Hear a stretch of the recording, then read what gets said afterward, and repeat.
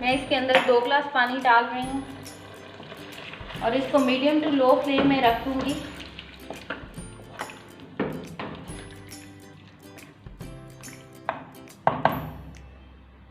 और साथ ही इसमें मैं डाल रही हूँ 1 टेबलस्पून कसूरी मेथी।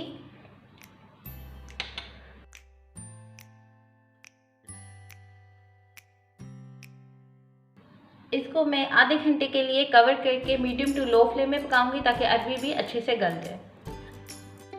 आधा घंटा हो गया है अरबी को पकाते हुए और अरबी जो है मैंने चेक की थी, अरबी बहुत अच्छे से गल गई हुई है और देखें ये बिल्कुल तैयार हो गई है। और अब मैं इसको डिश आउट करके आपको दिखाती हूँ। अरबी चिकन तैयार हो गई है। इसके ऊपर गरम मसाला छिड़क दें